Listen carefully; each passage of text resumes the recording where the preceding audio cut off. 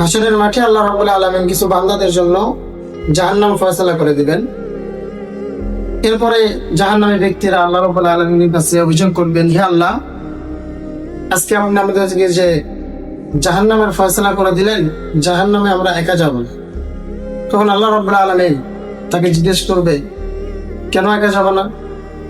তখন সেই ব্যক্তি উত্তরে বলবে, হে আল্লাহ, পৃথিবীতে যারা আমাদের পিতামাতা ছিল তারা আমাদেরকে দ্বীন সম্পর্কে কোনো শিক্ষা দেয়নি, যার কারণে আমরা আপনার ইবাদত করতে পারিনি। এই জন্য আজকে আমাদেরকে জাহান্নামে যেতে হচ্ছে। যদি আমাদের পিতামাতা আমাদেরকে দ্বীন শিক্ষা দিত, ইসলাম শিক্ষা দিত, তাহলে হয়তো আমরা এই পথভ্রষ্টতা হতাম না, আজকে আমাদেরকে জাহান্নামে যেতে হতো না।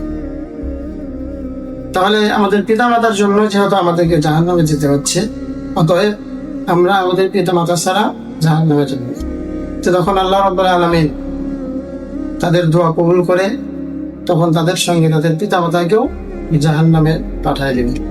তাহলে দেখেন, রাসূলুল্লাহ সাল্লাল্লাহু আলাইহি ওয়াসাল্লাম বলেছেন, তালাবুল ইলমি ফরিদাতুন আলা কুল্লি মুসলিমিন আও মুসলিমা। প্রত্যেক নর নারীর জন্য